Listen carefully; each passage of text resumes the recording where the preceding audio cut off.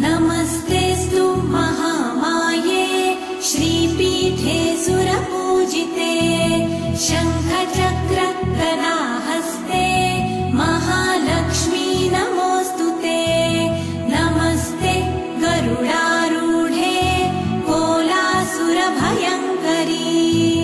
सर्वपाप हरे देवी महालक्ष्मी नमोऽस्तुते।